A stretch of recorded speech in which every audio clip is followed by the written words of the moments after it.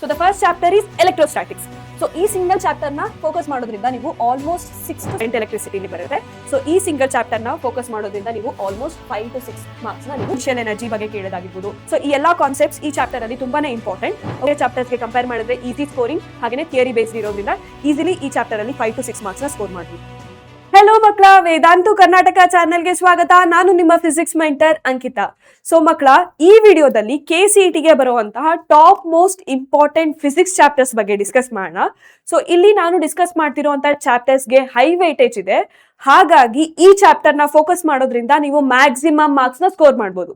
So ಮಕ್ಕಳ, ಇಲ್ಲಿ ನಾನು ಆಲ್ಮೋಸ್ಟ್ 7 ಚಾಪ್ಟರ್ಸ್ ಬಗ್ಗೆ ಡಿಸ್ಕಸ್ ಮಾಡ್ತಿದ್ದೀನಿ. ಸೊ ಈ 7 ಚಾಪ್ಟರ್ಸ್ಗೆ ಫೋಕಸ್ ಮಾಡೋದ್ರಿಂದ ನೀವು ಆಲ್ಮೋಸ್ಟ್ 33 to 40 ಮಾರ್ಕ್ಸ್ ತನಕನೂ ಸ್ಕೋರ್ ಮಾಡ್ಬೋದು KCET-ಲಿ. ಓಕೆ, ಸೊ ಇನ್ಯಾಕ್ ತಡ, ಶುರು ಮಾಡೋಣ. So the first chapter is electrostatics. So ಈ ಸಿಂಗಲ್ ಚಾಪ್ಟರ್ ನ ಫೋಕಸ್ ಮಾಡೋದ್ರಿಂದ ನೀವು ಆಲ್ಮೋಸ್ಟ್ 6 to 7 ಮಾರ್ಕ್ಸ್ ನ ಸ್ಕೋರ್ ಮಾಡ್ಬೋದು. ಓಕೆ, ಸೊ ಈ ಚಾಪ್ಟರ್ ಅಲ್ಲಿ ಬರುವಂತಹ ಕಾನ್ಸೆಪ್ಟ್ಸ್ ಯಾವ್ದು? ಕೆಪಾಸಿಟರ್. ಸೊ ಈ ಕೆಪಾಸಿಟರ್ ಅಲ್ಲಿ ಯಾವ ಟೈಪ್ ಆಫ್ ಕ್ವಶನ್ಸ್ ಬರ್ಬೋದು ಅಂತಂದ್ರೆ, ಒಂದು ಡಿಫ್ರೆಂಟ್ ಟೈಪ್ಸ್ ಆಫ್ ಸರ್ಕ್ಯೂಟ್ಸ್ ನ ಕೊಟ್ಬಿಟ್ಟು ಇದ್ರದ್ದು ಈಕ್ವಲೆಂಟ್ ಕೆಪಾಸಿಟೆನ್ಸ್ ನ ಫೈಂಡ್ ಔಟ್ ಮಾಡೋದು ಕೇಳ್ಬಹುದು. ಓಕೆ, ಇನ್ನ ಬೇರೆ ತರ ಕ್ವೆಶನ್ಸ್ ಅಂದ್ರೆ energy stored. Okay, so different types of potential double ಆದ್ರೆ ಎನರ್ಜಿ ಏನಾಗುತ್ತೆ ಅಂತ ಕೇಳೋದಾಗಿರ್ಬೋದು. ಈ ತರ ಕ್ವೆಶನ್ಸ್ ಎಲ್ಲ ಕೇಳುವಂತ ಚಾನ್ಸಸ್ ಇದೆ. ಹಾಗೇನೆ ಎಲೆಕ್ಟ್ರಿಕ್ ಪೊಟೆನ್ಶಿಯಲ್ ಫಾರ್ ಎಕ್ಸಾಂಪಲ್ ಯಾವುದೋ ಒಂದು ಚಾರ್ಜ್ ವ್ಯಾಲ್ಯೂನ ಕೊಟ್ಬಿಟ್ಟು ಡಿಸ್ಟೆನ್ಸ್ ವ್ಯಾಲ್ಯೂನ ಕೊಟ್ಬಿಟ್ಟು ಪೊಟೆನ್ಶಿಯಲ್ ಎಷ್ಟು ಅಂತ ಕೇಳೋದಾಗಿರ್ಬೋದು. ಅದೇ ರೀತಿ ಎಲೆಕ್ಟ್ರಿಕ್ ಫೀಲ್ಡ್ ಎಷ್ಟು ಅಂತ ಕೇಳೋದಾಗಿರ್ಬೋದು. ಡಿಸ್ಟೆನ್ಸ್ ಕೊಟ್ಬಿಟ್ಟು ಚಾರ್ಜ್ ಕೊಟ್ಬಿಟ್ಟು ಎಲೆಕ್ಟ್ರಿಕ್ ಫೀಲ್ಡ್ ಎಷ್ಟು ಅಂತ ಕೇಳೋದಾಗಿರ್ಬೋದು. ಈ ಟೈಪ್ ಕ್ವೆಶನ್ಸ್. ಹಾಗೇನೆ ಕೂಲಮ್ಸ್ ಲಾದಲ್ಲಿ ಡಿಸ್ಟೆನ್ಸ್ ಡಬಲ್ ಆಯ್ತು ಅಂತಂದ್ರೆ ಅಥವಾ ಟ್ರಿಪಲ್ ಆಯ್ತು ಅಂತಂದ್ರೆ ಫೋರ್ಸ್ ವ್ಯಾಲ್ಯೂ ಏನಾಗುತ್ತೆ ಅಂತ ಕೇಳೋದಾಗಿರ್ಬೋದು. ಈ ಟೈಪ್ ಆಫ್ ಕ್ವೆಶನ್ಸ್ ಬರ್ಬೋದು. ಹಾಗೇನೆ ಈಕ್ವಿ ಪೊಟೆನ್ಶಿಯಲ್ ಸರ್ಫೇಸ್ ಕಾನ್ಸೆಪ್ಟ್ ಬಗ್ಗೆ ಕೇಳೋದಾಗಿರ್ಬೋದು. ಪೊಟೆನ್ಶಿಯಲ್ ಎನರ್ಜಿ ಬಗ್ಗೆ ಕೇಳೋದಾಗಿರ್ಬೋದು. ಸೊ ಈ ಎಲ್ಲಾ ಕಾನ್ಸೆಪ್ಟ್ಸ್ ಈ ಚಾಪ್ಟರ್ ಅಲ್ಲಿ ತುಂಬಾನೇ ಇಂಪಾರ್ಟೆಂಟ್.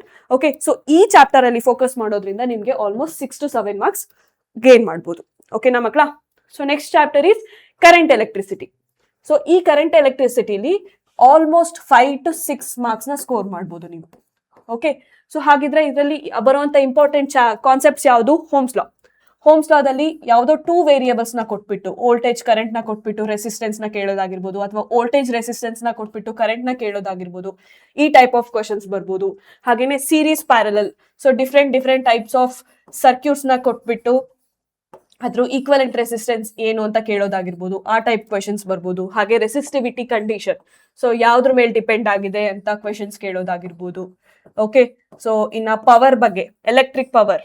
ಓಕೆ, ಸೊ ಇಲ್ಲೂ ಕೂಡ ಯಾವ್ದೋ 2 ವೇರಿಯೇಬಲ್ಸ್ ನ ಕೊಟ್ಬಿಟ್ಟು VI ಕೊಟ್ಬಿಟ್ಟು ಪವರ್ ನ ಫೈಂಡ್ ಔಟ್ ಮಾಡಿ ಅಂತ ಕೇಳೋದಾಗಿರ್ಬೋದು, ಅಥವಾ VR ಕೊಟ್ಬಿಟ್ಟು ಪವರ್ ಎಷ್ಟು ಅಂತ ಕೇಳೋದಾಗಿರ್ಬೋದು. ಈ ಟೈಪ್ ಕ್ವೆಶನ್ಸ್.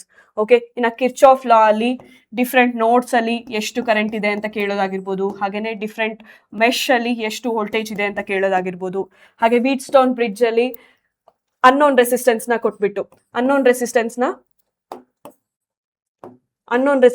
ಕೊಟ್ಬಿಟ್ಟು if the Wheatstone bridge is balance then what is the value of unknown resistance ಅಂತ ಕೇಳೋದಾಗಿರ್ಬೋದು. ಈ ಟೈಪ್ ಕ್ವೆಶನ್ಸ್ ಎಲ್ಲ ಈ ಕರೆಂಟ್ ಎಲೆಕ್ಟ್ರಿಸಿಟಿಲಿ ಬರುತ್ತೆ. ಸೊ ಈ ಸಿಂಗಲ್ ಚಾಪ್ಟರ್ ನ ಫೋಕಸ್ ಮಾಡೋದ್ರಿಂದ ನೀವು ಆಲ್ಮೋಸ್ಟ್ 5 to 6 ಮಾರ್ಕ್ಸ್ ನ ನೀವು ಗೇನ್ ಮಾಡ್ಬೋದು ಮಕ್ಕಳ. ಓಕೆನಾ? ಸೊ ನೆಕ್ಸ್ಟ್ ಚಾಪ್ಟರ್ ಯಾವುದು? Modern physics. ಓಕೆ, ಸೊ ಈ ಮಾಡರ್ನ್ ಫಿಸಿಕ್ಸ್ ಅಲ್ಲಿ ಆಲ್ಮೋಸ್ಟ್ ನೀವು 5 to 6 ಮಾರ್ಕ್ಸ್ ನ ಸ್ಕೋರ್ ಮಾಡ್ಬೋದು. ಓಕೆ, ಸೊ ಇನ್ನೊಂದು ಇಂಪಾರ್ಟೆಂಟ್ ಥಿಂಗ್ ಏನಪ್ಪಾ ಅಂತಂದ್ರೆ, ಇದು ಸ್ವಲ್ಪ ಥಿಯರಿ ಜಾಸ್ತಿ ಇದೆ ಈ ಚಾಪ್ಟರ್ ಅಲ್ಲಿ, ಹಾಗೆ ಈಸಿನೂ ಇದೆ. ಓಕೆ, ಈ ಸಿಂಗಲ್ ಚಾಪ್ಟರ್ ಇಂದ ಈಸಿಲಿ ನೀವು ಸ್ಕೋರ್ ಮಾಡ್ಬೋದು. ಫಾರ್ ಎಕ್ಸಾಂಪಲ್ ಇದರಲ್ಲಿ ಬರುವಂತ ಇಂಪಾರ್ಟೆಂಟ್ ಕಾನ್ಸೆಪ್ಟ್ ಯಾವ್ದಪ್ಪ ಅಂತಂದ್ರೆ photo electric effects. Okay, so ಇದರಲ್ಲಿ ಫೋಟೋ ಎಲೆಕ್ಟ್ರಿಕ್ ಎಫೆಕ್ಟ್ಸ್ ಯಾವ್ದ್ರ ಮೇಲೆ ಡಿಪೆಂಡ್ ಆಗಿದೆ, ಇಂಟೆನ್ಸಿಟಿ ವೇರಿಯೇಷನ್ ಆಯ್ತು ಅಂತಂದ್ರೆ ಫೋಟೋ ಎಲೆಕ್ಟ್ರಾನ್ಸ್ ಏನಾಗುತ್ತೆ, ಆ ತರ ಕ್ವೆಶನ್ಸ್ ಕೇಳ್ಬೋದು.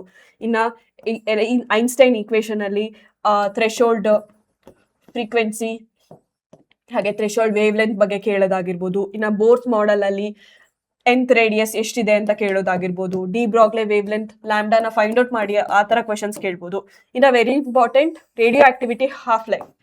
ಓಕೆ, ಸೊ ಇದ್ರ ಮೇಲೆ ಕೂಡ ಅಕಸ್ಮಾತ್ amount of the substance half ಆಯ್ತು ಅಂತಂದ್ರೆ ಹಾಫ್ ಲೈಫ್ ಎಷ್ಟಾಗುತ್ತೆ ಅಂತ ಕೇಳೋದಾಗಿರ್ಬೋದು.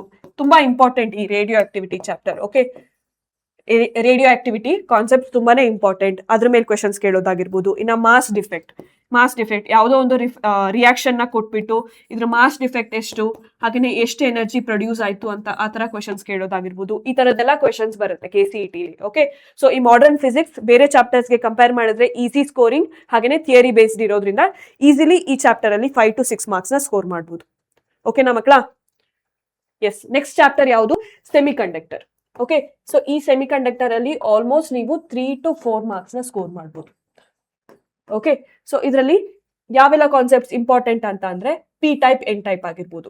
Okay, P type N type ಅಲ್ಲಿ ಮೆಜಾರಿಟಿ ಕ್ಯಾರಿಯರ್ಸ್ ಯಾವುದು, ಹಾಗೇನೆ ಪಿ ಎನ್ ಜಂಕ್ಷನ್ ಡಯೋಡ್ ಯಾವಾಗ ವರ್ಕ್ ಆಗುತ್ತೆ, ಫಾರ್ವರ್ಡ್ ಬಯಾಸ್ ಅಲ್ಲ, ರಿವರ್ಸ್ ಬಯಾಸ್ ಅಲ್ಲ, ಯಾವಾಗ ವರ್ಕ್ ಆಗುತ್ತೆ, ಆ ತರ ಕ್ವೆಶನ್ಸ್ ಆಗಿರ್ಬೋದು. ಇನ್ನು ಲಾಜಿಕ್ ಗೇಟ್ಸ್ ಬಗ್ಗೆ ಮಾತಾಡೋದಾದ್ರೆ, ಸೊ ಈ ಎಲ್ಲಾ ಗೇಟ್ಸ್ಗೂ ಕೂಡ ಯಾವಾಗ ಔಟ್ಪುಟ್ ಬರುತ್ತೆ, ಯಾವ ಇನ್ಪುಟ್ಗೆ ಯಾವ ಔಟ್ಪುಟ್ ಬರುತ್ತೆ, ಆ ತರ ಕ್ವೆಶನ್ಸ್ ಕೇಳೋದಾಗಿರ್ಬೋದು. ಇನ್ನ ಝೀನರ್ ಡಯೋಡ್ ಎಲ್ಲಿ ಯೂಸ್ ಮಾಡ್ತೀವಿ ಅನ್ನೋದಾಗಿರ್ಬೋದು. ಓಕೆ, ರೆಕ್ಟಿಫೈಯರ್ಗೆ ಯಾವೆಲ್ಲ ಕಾಂಪೊನೆಂಟ್ಸ್ ಇರಬೇಕು, ಆ ತರ ಕ್ವೆಶನ್ಸ್ ಆಗಿರ್ಬೋದು. ಇದೆಲ್ಲ ಕ್ವೆಶನ್ಸ್ ಕೇಳುವಂತ ಪಾಸಿಬಿಲಿಟಿ ಇರುತ್ತೆ ಸೆಮಿ ಕಂಡಕ್ಟರ್. ಇದು ಕೂಡ ಥಿಯರಿ ಜಾಸ್ತಿ ಇರೋದ್ರಿಂದ ಈಸಿ ಸ್ಕೋರಿಂಗ್ ಚಾಪ್ಟರ್ ಅಂತ ಹೇಳ್ಬೋದು. Okay, so almost 3 to 4 marks ನ ಈ ಚಾಪ್ಟರ್ ಅಲ್ಲಿ ಸ್ಕೋರ್ ಮಾಡಬಹುದು. ನೆಕ್ಸ್ಟ್ ಈಸ್ ರೇ ಆಪ್ಟಿಕ್ಸ್. ಓಕೆ, ಸೊ ಈ ರೇ ಆಪ್ಟಿಕ್ಸ್ ತುಂಬಾನೇ ಇಂಪಾರ್ಟೆಂಟ್ ಚಾಪ್ಟರ್ ಅಂತ ಹೇಳ್ಬೋದು. ಇದರಲ್ಲಿ ಆಲ್ಮೋಸ್ಟ್ 6 to 7 ಮಾರ್ಕ್ಸ್ ನ ಸ್ಕೋರ್ ಮಾಡಬಹುದು. ಓಕೆ, ಎಸ್, ಸೊ ಇದರಲ್ಲಿ ಕಾನ್ಸೆಪ್ಟ್ಸ್ ಬಗ್ಗೆ ಬರೋದಾದ್ರೆ ಲೆನ್ಸ್ ಫಾರ್ಮುಲಾ. ಇದರಲ್ಲಿ ಯಾವ್ದೋ 2 ವೇರಿಯೇಬಲ್ಸ್ ನ ಕೊಟ್ಬಿಟ್ಟು ಇನ್ನೊಂದು ವೇರಿಯೇಬಲ್ ನ ಫೈಂಡ್ ಔಟ್ ಮಾಡಿ ಅಂತ ಹೇಳ್ಬೋದು. ಆ ತರ ಕ್ವೆಶನ್ಸ್ ಬರ್ಬೋದು. ಇನ್ನು ಮಿರರ್ ಫಾರ್ಮುಲಾ ಬಗ್ಗೆ ಬರೋದಾದ್ರೆ 1/f = 1/v + 1/u. ಯಾವ್ದೋ 2 ವೇರಿಯೇಬಲ್ಸ್ ನ ಕೊಟ್ಬಿಟ್ಟು ಇನ್ನೊಂದು ವೇರಿಯೇಬಲ್ ನ ಫೈಂಡ್ ಔಟ್ ಮಾಡಿ, ಆ ತರ ಕ್ವೆಶನ್ಸ್ ಕೂಡ ಕೇಳ್ಬೋದು. Power of lens P = 1/f. So focal length ನ ಕೇಳ್ಬಿಟ್ಟು ಪವರ್ ಆಫ್ ಲೆನ್ಸ್ ನ ಕೇಳೋಂತ ಪಾಸಿಬಿಲಿಟಿ ಇರುತ್ತೆ. ಇನ್ನ ಟೋಟಲ್ ಇಂಟರ್ನಲ್ ರಿಫ್ಲೆಕ್ಷನ್ ಇದ್ರ ಕಂಡೀಷನ್ಸ್ ಬಗ್ಗೆ ಕೇಳೋದಾಗಿರ್ಬೋದು. ಹಾಗೇನೆ combination of lens, so 2-3 lens ನ ಕೊಟ್ಬಿಟ್ಟು ಅದರ ಎಫೆಕ್ಟಿವ್ ಫೋಕಲ್ ಲೆಂತ್ ಎಷ್ಟು ಅಂತ ಫೈಂಡ್ ಔಟ್ ಮಾಡೋದಾಗಿರ್ಬೋದು. ಈ ತರದೆಲ್ಲ ಕ್ವೆಶನ್ಸ್ ನ ಕೇಳುವಂತ ಪಾಸಿಬಿಲಿಟಿ ಇರುತ್ತೆ. ಓಕೆ, ಸೊ ಹೈ ವೇಟೇಜ್ ಇರುವಂತ ಚಾಪ್ಟರ್ ಇದು ರೇ ಆಪ್ಟಿಕ್ಸ್. ಓಕೆನಾ ಮಕ್ಕಳ? Next gravitation. ಸೊ ಇಷ್ಟೊತ್ತು ನಾವು ಡಿಸ್ಕಸ್ ಮಾಡಿದ್ರಲ್ಲಿ ಆಲ್ಮೋಸ್ಟ್ ಎಲ್ಲಾ ಚಾಪ್ಟರ್ಸ್ ಕೂಡ ಸೆಕೆಂಡ್ PU ಅಲ್ಲಿ ಇರುವಂತ ಚಾಪ್ಟರ್ ಆಗಿರುತ್ತೆ. ಇದೊಂದು ಮಾತ್ರ ಗ್ರಾವಿಟೇಷನ್ ಫಸ್ಟ್ PU ಅಲ್ಲಿ ಇರುವಂತ ಚಾಪ್ಟರ್. ಸೊ ಈ ಚಾಪ್ಟರ್ ಅಲ್ಲಿ ಆಲ್ಮೋಸ್ಟ್ ನೀವು 4 to 5 ಮಾರ್ಕ್ಸ್ ನ ಸ್ಕೋರ್ ಮಾಡಬಹುದು. ಓಕೆ, 4 to 5 ಮಾರ್ಕ್ಸ್ ನ ನೀವು ಸ್ಕೋರ್ ಮಾಡಬಹುದು. ಇದರಲ್ಲಿ ಕಾನ್ಸೆಪ್ಟ್ಸ್ ಗೆ ಬರೋದಾದ್ರೆ ಯೂನಿವರ್ಸಲ್ ಲಾ ಆಫ್ ಗ್ರಾವಿಟೇಷನ್, ಇದರಲ್ಲಿ ಡಿಸ್ಟೆನ್ಸ್ ಡಬಲ್ ಆಯ್ತು ಅಂತಂದ್ರೆ ಫೋರ್ಸ್ ವ್ಯಾಲ್ಯೂ ಏನಾಗುತ್ತೆ, ಈ ತರ ಕ್ವೆಶನ್ಸ್ ಕೇಳೋದಾಗಿರ್ಬೋದು. ಹಾಗೇನೆ small G value, height variation ಆದ್ರೆ ಅಥವಾ ಡೆಪ್ತ್ ವೇರಿಯೇಷನ್ ಆದ್ರೆ ಜಿ ವ್ಯಾಲ್ಯೂ ಏನಾಗುತ್ತೆ, ಆ ತರ ಕ್ವೆಶನ್ಸ್ ಕೇಳುವಂತ ಪಾಸಿಬಿಲಿಟಿ ಇರುತ್ತೆ. ಇನ್ನ ಎಸ್ಕೇಪ್ ವೆಲಾಸಿಟಿ, ಈ ಫಾರ್ಮುಲಾ ಗೊತ್ತೇ ಇದೆ ನಿಮ್ಗೆ, ಹೌದಾ? ಸೊ ಇದರಲ್ಲಿ ಯಾವುದೋ ಒಂದು ಪ್ಲಾನೆಟ್ಗೆ ಇದೆಲ್ಲ ವೇರಿಯೇಬಲ್ಸ್ ನ ಕೊಟ್ಬಿಟ್ಟು ಎಸ್ಕೇಪ್ ವೆಲಾಸಿಟಿ ಎಷ್ಟು, ಆರ್ಬಿಟಲ್ ವೆಲಾಸಿಟಿ ಎಷ್ಟು ಅಂತ ಕೇಳೋದಾಗಿರ್ಬೋದು. ಓಕೆನಾ? ಇನ್ನ ಕೆಪ್ಲರ್ಸ್ ಲಾ ದಲ್ಲಿ ಸೆಕೆಂಡ್ ಲಾ, ಥರ್ಡ್ ಲಾ ಮೇಲೆ ಜಾಸ್ತಿ ಕ್ವೆಶನ್ಸ್ ಬರುವಂತ ಪಾಸಿಬಿಲಿಟಿ ಇರುತ್ತೆ. ಓಕೆ, ಸೊ ಇದರಲ್ಲಿ ರೇಷಿಯೋ ಫಾರ್ಮ್ ಅಲ್ಲಿ ಕ್ವೆಶನ್ಸ್ ಕೇಳುವಂತ ಪಾಸಿಬಿಲಿಟಿ ಇರುತ್ತೆ.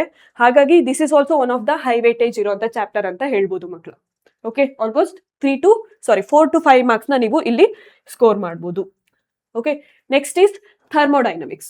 ಸೊ ಈ ಥರ್ಮೋಡೈನಮಿಕ್ಸ್ ಅಲ್ಲಿ ಆಲ್ಮೋಸ್ಟ್ 3 to 4 ಮಾರ್ಕ್ಸ್ ನ ಸ್ಕೋರ್ ಮಾಡಬಹುದು. ಹಾಗೇನೆ ಇದು ಕೂಡ ಫಸ್ಟ್ PU ಅಲ್ಲಿ ಇರುವಂತ ಚಾಪ್ಟರ್ ಆಗಿರುತ್ತೆ.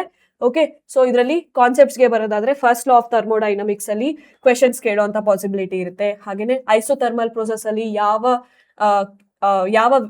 ಯಾವುದು ಕಾನ್ಸ್ಟೆಂಟ್ ಆಗಿರುತ್ತೆ, ಹಾಗೇನೆ ಐಸೋಬಾರಿಕ್ ಪ್ರೋಸೆಸ್ ಅಲ್ಲಿ ಯಾವ ವೇರಿಯೇಬಲ್ ಕಾನ್ಸ್ಟೆಂಟ್ ಆಗಿರುತ್ತೆ, ಅಡಿಯಾಬ್ಯಾಟಿಕ್ ಪ್ರೋಸೆಸ್ ಅಲ್ಲಿ ಏನ್ ಕಾನ್ಸ್ಟೆಂಟ್ ಆಗಿರುತ್ತೆ ಅಂತ ಕೇಳೋದಾಗಿರ್ಬೋದು.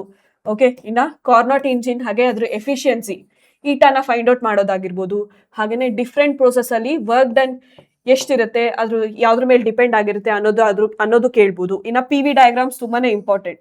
ಸೊ ಡಿಫ್ರೆಂಟ್ ಪ್ರೋಸೆಸ್ಗೆ ಐಸೋಥರ್ಮಲ್ ಪ್ರೋಸೆಸ್ಗೆ, ಐಸೋಕೋರಿಕ್ ಪ್ರೋಸೆಸ್ಗೆ, ಓಕೆ, ಸೊ PV ಡಯಾಗ್ರಾಮ್ಸ್ ಏನಾಗಿರುತ್ತೆ ಅನ್ನೋದು ಕೇಳೋದಾಗಿರ್ಬೋದು.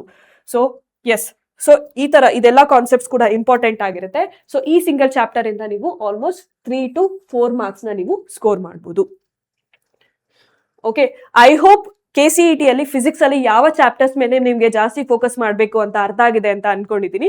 ಸೊ ಇದೇ ರೀತಿ ಮತ್ತಷ್ಟು KCET ರಿಲೇಟೆಡ್ ಗೈಡೆನ್ಸ್ಗೋಸ್ಕರ ನೀವು ಫಾಲೋ ಮಾಡಿ ವೇದಾಂತು ಕರ್ನಾಟಕ ಚಾನೆಲ್.